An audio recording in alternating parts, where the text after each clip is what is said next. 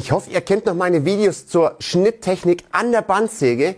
Das sind nur 2 Schnitte an der Bandsäge, das sind 4 Schnitte an der Bandsäge, um solche coolen Formen rauszubekommen. Doch es geht jetzt nicht um diese beiden Formen, denn wir können mit dieser Schnitttechnik noch ganz andere Sachen machen. Ich habe hier mal 2 Beispiele in der Hand, sogar richtige Tiere. Wir können da jede erdenkliche Form fast eigentlich raussägen mit dieser Schnitttechnik. Das sind auch nur 4 Schnitte an der Bandsäge und wie das Ganze funktioniert, das wollen wir uns heute in diesem Video einfach mal anschauen. Also bleibt's dran.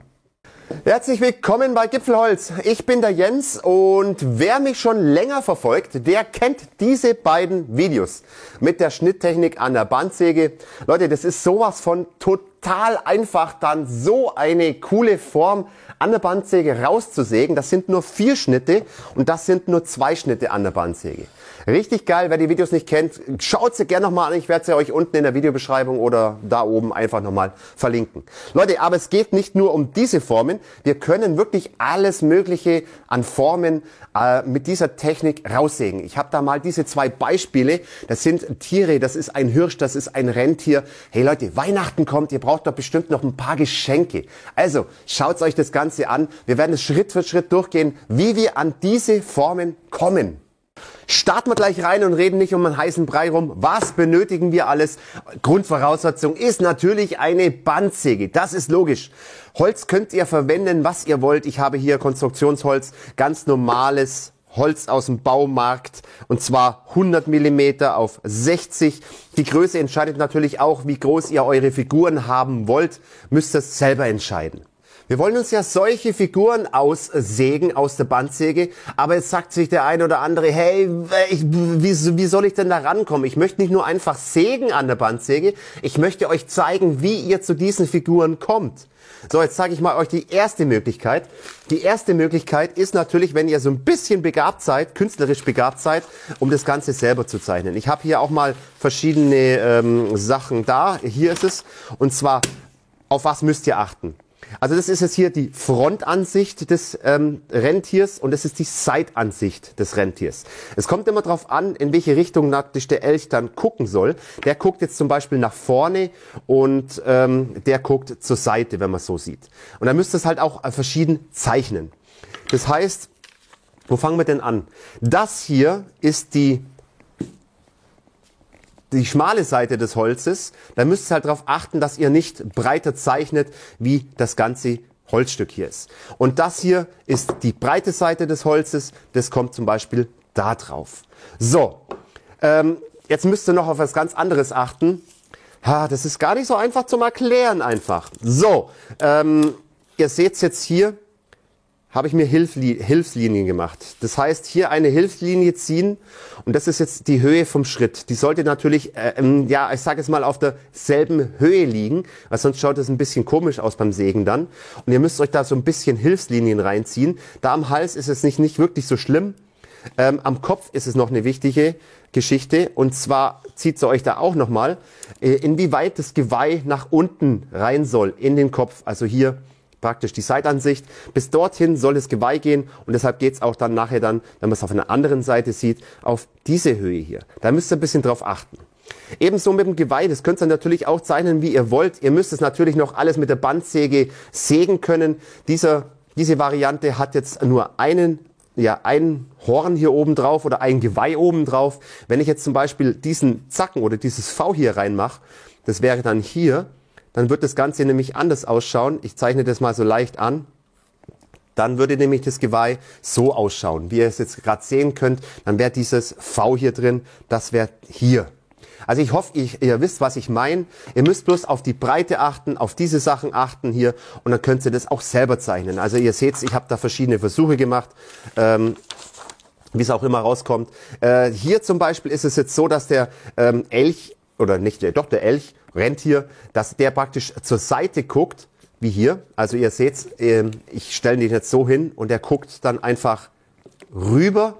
Oder bei dieser Variante ist es dann so, dass der praktisch nach vorne guckt. Und da müsst ihr einfach ein bisschen rumspielen. Aber es gibt noch eine ganz andere, viel einfachere Möglichkeit, um das Ganze zu machen. Und dazu müssen wir aber an den Rechner gehen. Und das kann wirklich auch jeder. Jeder, der sagt, ich kann nicht zeichnen, alles in Ordnung. Und deshalb zeige ich euch die Möglichkeit am Rechner. Und das bekommt echt jeder hin, um solche coolen Formen auszusägen. Gut, ich bin jetzt am Rechner und jetzt seht ihr schon was. Leute, keine Angst, es ist alles für umsonst. Das heißt, ihr müsst zwar kein Geld ausgeben für irgendwelche Programme. Ich werde es euch zeigen, damit es wirklich umsonst bleibt. Wir gehen jetzt in die 3D-Druckwelt. Was haben wir damit zu tun? Ganz einfach, wir brauchen einfach die Dateien daraus. Da gibt's verschiedene Seiten, wo ihr wirklich Sachen kostenlos downloaden könnt. Jetzt geht's ja zum Beispiel auf Thingiverse und gibt's euren Wunsch ein. Ihr könnt's natürlich auch eingeben, was ihr wollt. Haus, Turm, sonst irgendwas zum Aussägen. Gar kein Stress. Da wir aber Weihnachtszeit haben, werden wir einfach Hirsch eingeben oder Reindeer eingeben, Rentier. Ich kann euch nur empfehlen, das Ganze auf Englisch zu übersetzen. Da kommen mehr Suchergebnisse. Gut, jetzt gebt mal Reindeer ein und schon haben wir unseren Rentier da. Hier haben wir noch mal ein Rentier, noch ein Hirsch da mit dabei. Und wenn man sich jetzt die Dateien einfach mal anschaut, ich klicke jetzt mal einfach mal drauf, das ist der Hirsch. Hier haben wir jetzt zum Beispiel dieses Rentier. Das müsst ihr halt einfach downloaden. Ihr müsst heute dann euch halt anmelden dafür auf die Seite, aber keine Angst, es kostet nichts. Dann downloadet ihr dieses File runter und jetzt schauen wir uns mal in 3D an. Mein Rechner ist heute sehr, sehr, sehr langsam. Gut, ihr könnt das Ganze jetzt hin und her bewegen, aber darum geht's eigentlich gar nicht. Wir brauchen einfach nur diese Datei. So, also downloaden, je nachdem, was ihr wollt. Das einzige Wichtige dabei ist, zum Beispiel so einer, der würde nicht gehen. Es muss ein 3D-Objekt sein oder so eins da unten, das würde nicht gehen. Es muss eine ganz einfache Form sein oder so mit diesen Details. Es funktioniert nicht, das an der Bandsäge auszusägen. Und das auch nicht. Deshalb sucht euch ganz einfache Muster einfach raus. Ich habe nochmal einen anderen, einen Hirsch hier. Ihr seht, das ist es auch. Wir machen nochmal auf 3D. Es ist ein ganz einfaches Muster. Es muss vom Frontprofil einfach passen und es muss vom Sideprofil passen. Ihr schaut, wenn man das jetzt mal anschaut, dieses Frontprofil, das passt und das Sideprofil, das passt auch. Gut, wir müssen natürlich den Fuß noch einfach wegdenken. Aber solche Sachen müsst ihr euch aussuchen, nur als Info, was funktioniert. Oder hier haben wir noch ein anderes Rentier. Das funktioniert zum Beispiel auch sehr gut, ganz gut zum Sägen. Da braucht es ein sehr breites Holzstück. Das merkt ihr ja schon, das Geweih ist sehr breit oben. Das würde theoretisch aber auch funktionieren. So, also, wir machen es jetzt aber an diesem Beispiel jetzt einfach mal hier. Downloadet euch die Datei und dann werde ich euch erklären, wie es weitergeht. Gut, wenn ihr das Ganze gedownloadet habt, dann habt ihr eine STL-Datei. Diese STL-Datei macht ihr mal mit der rechten Maustaste einen Klick drauf. Und normalerweise ist es bei Windows so, dass da schon Programme mit dabei sind. Öffnen mit und dann habt ihr hier einen 3D-Viewer. Wenn ihr keinen 3D-Viewer habt, es gibt genug online, die ihr kostenlos downloaden könnt. Es geht ja nur um die Ansicht. Also drückt ihr einfach mal da drauf, dann öffnet sich ein Fenster. Also wie gesagt, das ist bei Windows mit dabei. Jetzt seht ihr diese Ansicht. Jetzt können wir da machen, was wir wollen. Wir können das rumdrehen, wir können es uns anschauen, wie wir wollen. Wir brauchen jetzt davon aber ein Bild, weil wir müssen jetzt erstmal uns die Form rausziehen aus dem Programm. Jetzt geht's ja dann auf dieses Feld hier oben und da könnt ihr sehen, da können wir dann diese Sachen einfach bewegen. So, jetzt seht ihr aber schon, wir haben jetzt hier schon mal die Seitenansicht dieses Modells und wenn man jetzt einmal rüberklickt, haben wir die Frontansicht dieses Modells. Und diese beiden Bilder, die müssen wir speichern. Das heißt, wir gehen jetzt einmal auf die Frontansicht dieses Rentiers und gehen jetzt auf Datei, Bild exportieren und könnt ihr BMP einstellen, Bitmap und die Größe 640x480, 4:3 und geht jetzt einfach mal auf Exportieren und speichert euch diese Datei. Wenn ihr das gern gemacht habt, dann geht's in die nächste Form und zwar brauchen wir nochmal die Seitenansicht oder praktisch in diesem Fall ist es jetzt die Frontansicht. Nur der Elch, ich sag immer Elch, dieses Rentier, egal was es ist, dieses Rentier, das schaut ja seitlich. Wenn es jetzt ein anderes Format gewesen wäre, andere Datei gewesen wäre und der Elch, Elch schon wieder, das Rentier schaut nach vorne, dann wird es natürlich auch anders ausschauen. Also es muss euch klar sein. Also hier schaut da einfach mal nach links, nach rechts. Ihr könnt es natürlich jetzt drehen, wie ihr wollt. Hier ist es auch die Frontansicht und die geht's ja genauso auf Datei exportieren, Bild exportieren und speichert euch beide ab. So, jetzt brauchen wir das nächste kostenlose Programm und da wechseln wir mal über. Das ist das Programm Inkscape. Dieses Programm ist auch kostenlos. Das müsst ihr bloß bei Google eingeben und downloaden. Kostet nichts. Und es ist ein mächtiges Programm, wo man viele Sachen machen können. Auch, ich sage jetzt mal, Striche ziehen und nachzeichnen lassen. Und das müssen wir jetzt nämlich machen. Also ihr werdet jetzt erstmal auf Datei importieren gehen und zieht euch diese Datei einfach mal rein. Die Schnitttechnik, was ihr da gedownloadet habt. Und zieht euch zum Beispiel diesen, ich sage jetzt schon wieder Elch. Ich glaube, ich bleibe bei Elch jetzt einfach. Also bei diesem Rentier. Da könnt ihr einfach bestätigen und schon wird dieses Bild dann reingeladen. Wenn mein Rechner schneller wäre, super. Jetzt haben wir dieses Bild hier und jetzt geht's ja oben auf Pfad und auf Bitmap nachzeichnen. Dann öffnet sich dieses Fenster und das müssen wir eigentlich nur noch umstellen. Wir wollen ja nur die Außenlinie haben. Diese Helligkeitsschwellwert machen wir auf Kantenerkennung. So, jetzt können wir hier nochmal Kantenschwellwert einstellen. Das seht ihr schon, ich mache das meistens ein bisschen runter, dann müsst ihr einfach mal ein bisschen rumspielen mit dem Wert. Und jetzt geht's mal auf Aktualisieren. Und jetzt habt ihr, ui, schaut's mal, das haben wir nur die Kontur nachgezeichnet von diesem Bild. Wenn wir jetzt auf Anwenden klicken, also hier kann man noch diesen Kantenschwellwert einstellen, auf Anwenden gehen, Klick, dann dauert's eine Weile. Und jetzt passiert sowas, wenn ihr jetzt mal drauf geht und ein bisschen wegschiebt, dann seht ihr, dieses Bild, das brauchen wir nicht mehr, das können wir einfach anklicken und auf Entfernen klicken. Und wenn wir jetzt das hier anklicken, dann sehen wir schon, ui, toll, mega, jetzt haben wir schon unsere Kontur. Jetzt braucht es eigentlich das Ganze nur mit dem anderen Bild noch machen, das mache ich mal ganz schnell.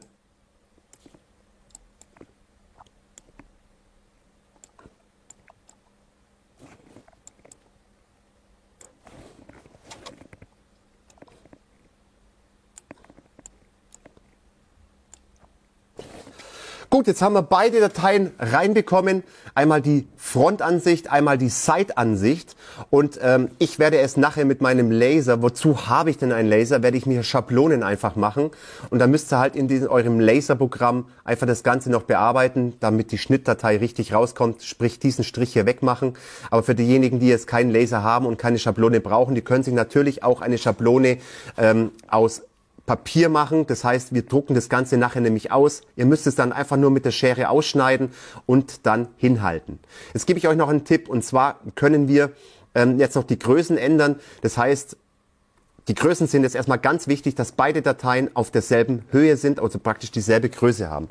Also wir haben jetzt, ihr seht es hier oben an der Höhe, macht ja erstmal das Schloss hier zu. Und zwar haben wir jetzt 173 Millimeter Höhe. Wir wollen aber nur 150 Millimeter. Also gibt es ja 150 Millimeter ein bei beiden Dateien. So, jetzt haben wir beide Höhen gleich. Das ist schon mal wichtig. Was jetzt nicht ganz so wichtig ist, es macht das Schloss wieder auf, und zwar ist es die Breite. Wenn es euch dieses Stückchen zu breit ist und wir wollen es zum Beispiel, ich sage jetzt mal nur auf 60 Millimeter haben, dann könnt ihr hier auch 60 Millimeter eingeben. Das passiert am Schluss dann wirklich nichts, es wird halt einfach ein bisschen schmaler. Das Wichtige ist, dass die Höhe absolut identisch ist und das muss ich euch nachher natürlich am Holz zeigen, denn das ist jetzt so ausgelegt, dass wirklich alles absolut auf derselben Höhe ist und so wie es sein soll. Gut, das könnt ihr natürlich auch noch ein bisschen anändern. Es muss allerdings von den Proportionen schon noch ein bisschen zueinander passen. Und das druckt ihr aus und schneidet es aus. Ich werde das Ganze jetzt an meinem Laser machen, habe die Datei natürlich bearbeitet, werde das Ganze jetzt am Laser ausschneiden.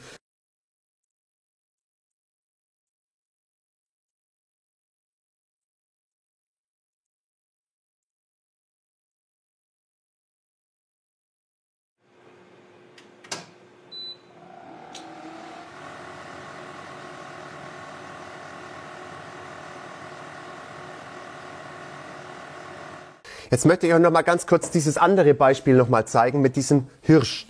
So, ich habe das Ganze jetzt noch mal das ganz gleiche gemacht und jetzt haben wir da so minimal Fehler drin. Natürlich erkennt der beim Nachzeichnen dieses hintere Bein. Das ist dieses hier. Das brauchen wir natürlich nicht. Deshalb heißt, wenn ihr das Ganze jetzt ausschneidet mit der Schere, dann zeichnet euch einfach mit dem Bleistift hier eine Kontur an und zeichnet euch dann hier einen Strich noch weiter und ja, es schneidet einfach das hintere Bein mit ab. Ebenso ist es dann oben am Geweih. Diese Abstufungen, die brauchen wir nicht beim Sägen. Das heißt, ihr nehmt einen Bleistift, zeichnet da einfach eine gerade Linie schön nach unten da drüben aus und schneidet es richtig passend aus, damit diese Abstufungen hier einfach weg sind. So schauen jetzt meine Muster aus. Das sind jetzt die gelaserten Schnitte. Wer natürlich kein Laser hat, der macht das Ganze natürlich mit Papier oder Karton das Ganze und überträgt das Ganze dann auf den Karton und schneidet es einfach mit der Schere aus. So, wir fangen jetzt mit dem einfachsten an und zwar mit dem Rentier. Das ist dieses Modell hier. Ihr seht es jetzt praktisch, das ist mit diesem einfachen Horn hier oben drauf oder mit dem Geweih hier oben. Und wir machen jetzt das andere Modell und zwar machen wir dieses Modell. Der hat dann praktisch ein Doppelgeweih oben. Das heißt da und da eins. Und das werden wir jetzt einfach mal übertragen aufs Holzstück. Aber da muss ich euch natürlich sagen, auf was ihr achten müsst. So, meine Lieben. Wir müssen auf was ganz Wichtiges achten, das sage ich euch mal. Jetzt nehmt ihr euren Holzklotz, den ihr habt, und jetzt nehmt ihr eure Muster und jetzt auf eins müssen wir wirklich achten. Und zwar auf die Höhe. Wenn man das Ganze jetzt mal da so hinsteckt, also das könnt ihr natürlich auch mit eurem Blatt Papier machen, dann legt es halt einfach hin. Wichtig ist, dass ihr wirklich unten eine Ebene habt. Ob das Ganze jetzt so oder so verschoben ist, das ist total egal. Das macht ihr einfach jetzt hier in die Mitte rein und zeichnet das Ganze mit dem Bleistift einfach an. Dann nehmt ihr euer anderes Stück, das legt ihr dann einfach auch an die Seite hier ran oder paust das Ganze dann praktisch drauf. Wichtig ist, dass es wirklich unten einfach diese gleiche Ebene hat.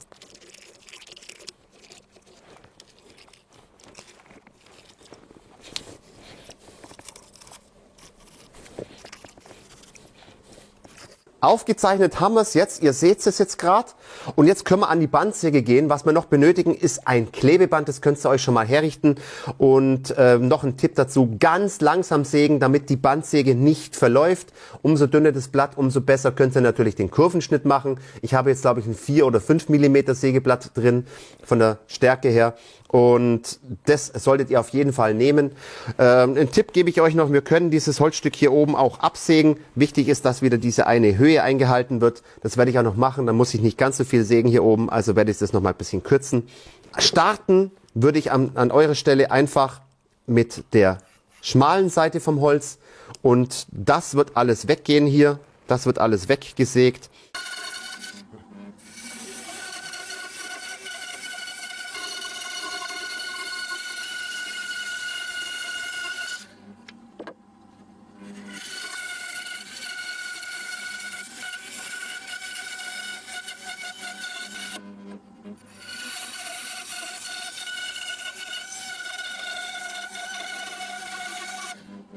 Jetzt schaut das Ganze ja so aus und jetzt nehmen wir diese Abschnitte, jetzt ist ganz wichtig, nicht wegschmeißen oder sonst irgendwas machen damit, sondern diese Abschnitte, die legen wir wieder zusammen und nehmen jetzt das Klebeband und kleben das jetzt einmal rundherum richtig schön passend wieder fest.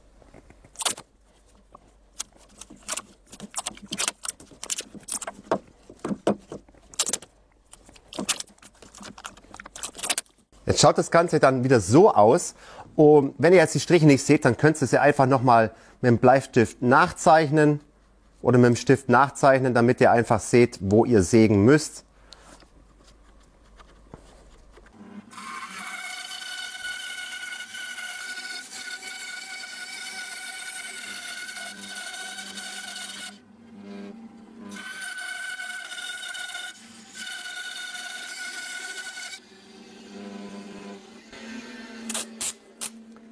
Es kann sein, dass ihr nochmal nachkleben müsst, einfach, damit es dann wirklich nochmal weiterhin zusammenhält.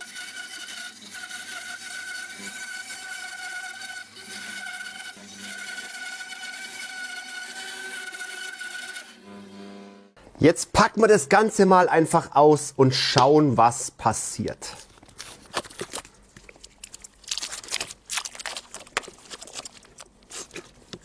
Tada! Alles weg. Und schaut's mal, was hier Geiles jetzt rausgekommen ist. Ist doch mal mega, oder? Jetzt müssen wir das Ganze natürlich noch bearbeiten. Also man könnte nicht meinen, dass da sowas Cooles dann rauskommt. Ich habe mich nicht mal verschnitten, gar nichts. Und wir haben jetzt ein Rentier mit einem Doppelhorn oben. Also ihr seht diesen Unterschied. Was sagt ihr dazu? Richtig cool. Jetzt stelle ich euch mal beide hin. Den habe ich natürlich schon abgeschliffen. Machen wir gleich. Und jetzt seht ihr den Unterschied zwischen den Hörnern oben. Der eine mit Haken, der andere ohne Haken. Und, also es kommt doch mal richtig geil rüber. Und so ein einfaches Projekt mit nur 4 Schnitten.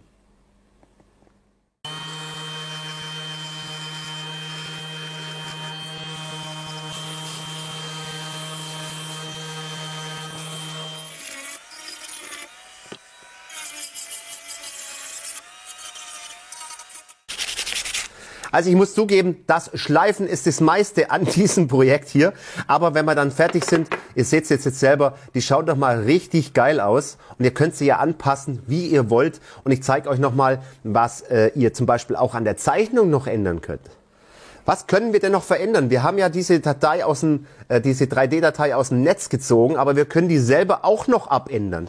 Das heißt, ihr seht ja hier, wir haben nur so eine leichte Schwingung hier drin, so eine leichte Rundung hier. Wir können jetzt aber zum Beispiel dem Rentier einfach einen dickeren Hintern verpassen, wenn man dann hier rausfährt. Jetzt nehmen wir mal das Muster, diese Side-Ansicht, nehmen wir dann oder die Frontansicht und halten sie jetzt einfach mal hin. Und jetzt will ich euch erklären, wenn ihr zum Beispiel jetzt dem einen dickeren Hintern geben wollt, dann müsst ihr einfach, das könnt ihr auf ein Blatt Papier machen und dann passend zuschneiden. Das heißt, wir machen da einfach nochmal so einen Wulst raus hier und machen diese Rundung einfach größer. Dann haben wir hier so eine größere Biegung drin. Wir können auch hier oben noch ein bisschen rausgehen, damit das Geweih einfach nochmal ein bisschen nach hinten raussteht. Also ich hoffe, ihr wisst, was ich meine damit. Wir können das auch nochmal wirklich anpassen.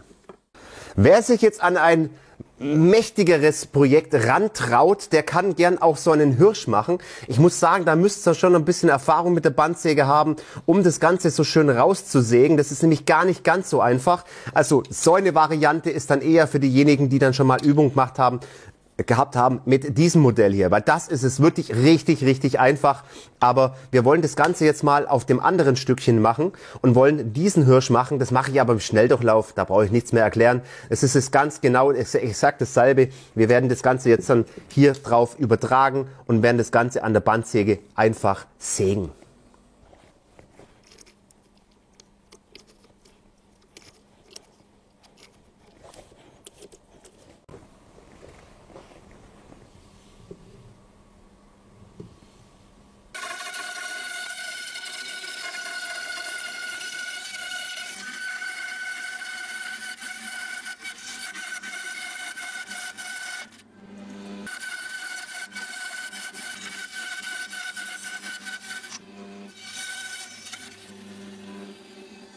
Das Schönste ist immer die Stunde der Wahrheit, wenn man das Ganze auseinander nimmt. Also da sind ja überall jetzt Teile noch drin. Da muss noch alles ein bisschen raus. Und jetzt seht ihr hier, da war ein Astloch. Das ist aber, ja, hat's getroffen. Also da müsst ihr ein bisschen drauf achten. Da kam ein Ast raus. Aber jetzt machen wir das Ganze mal. Jetzt hat er halt ein Loch. Das kann man ja manchmal gar nicht wissen. So, jetzt machen wir das Ganze mal raus. Und jetzt schaut's mal, wie cool das doch rauskommt, oder? Mega. Natürlich muss man schleifen, das ist ganz klar. Aber gut, das Astloch hier, das ist halt einfach Natur. Und jetzt schaut's mal, Leute, ich habe einen Hirsch mit einem fetten Hintern. Ich finde das richtig geil. Also, passt doch, oder? So, jetzt ist er einigermaßen mal geschliffen. Ihr seht, diesen Ast habe ich auch rausgeschliffen. Ich habe das Ganze ein bisschen ründlicher gemacht hier. Den Hintern auch ein bisschen ründlicher. Man sieht gleich diesen Unterschied und dann schaut er doch richtig cool aus. Ihr könnt es natürlich da noch reinarbeiten oder rausarbeiten, was ihr wollt. Man kann ihn jetzt auch noch ölen, man kann weiterschleifen. Also ich finde es ein richtig cooles Projekt und ich müsste theoretisch auch noch ein bisschen hier am Geweih noch mal ein bisschen weiterschleifen. Aber sonst, was sagt ihr dazu? Schreibt es mal unten in die Kommentare rein. Jetzt haben wir schon eine ganze Familie. 2 Rentiere, 2 Hirsche. Mega.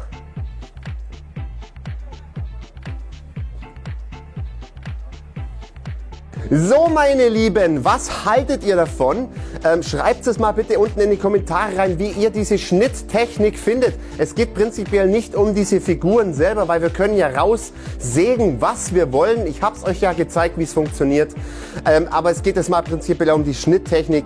Finde ich richtig cool. Lasst dem Video auch einen Daumen da. Das würde so mich ein bisschen unterstützen. Und Ich möchte euch auch noch was zurückgeben, wenn ihr mir einen Daumen da lasst. Denn ich habe mich gerade entschlossen, Leute, warum biete ich die Dateien einfach nicht kostenlos zum Downloaden an? Und zwar einmal das Rentier mit Einmalgeweih, einmal das Rentier mit Doppelgeweih, einmal den Hirsch in diesen Größen. Könnt ihr unten, findet ihr den Link auf meine Homepage. Dort könnt ihr die Dateien einfach kostenlos downloaden als PDF und SVG-Datei. Könnt ihr dann selber noch mal ein bisschen abändern und selber dran rumspielen. Ich hoffe, das ist ein kleines Dankeschön an euch, dass ihr den Daumen da lasst. Und ja, ich würde sagen, ach ja, eins muss ich natürlich auch noch erwähnen. Jetzt sagt der eine oder andere, hey, du machst es so aufwendig mit Abpausen, mit Schablone und so. Nee, das braucht ihr natürlich nicht. Die Dateien, die ihr hier habt zum Downloaden und zum Ausdrucken, die braucht ihr nur einmal runter, quer drüber schneiden, Sprühkleber nehmen, Sprühkleber dann ans Papier und einfach aufs Holzstück aufkleben. Geht genauso und dann könnt ihr es dann aussägen. Also auch echt easy, kann aber jeder machen, wie er will. Ich habe es jetzt nur so gemacht mit den Schablonen, weil ich es dann einfach öfters benutzen werde. Aber wie gesagt, ist egal. Leute, lasst wie gesagt, dem Video einen Daumen da. Abonniert den Kanal, wenn ihr das noch nicht gemacht habt. Vergesst die kleine Glocke nicht, dann verpasst ihr nichts mehr von Gipfelholz. Ich würde sagen, super schöne Grüße aus dem Allgäu und bis demnächst. Servus.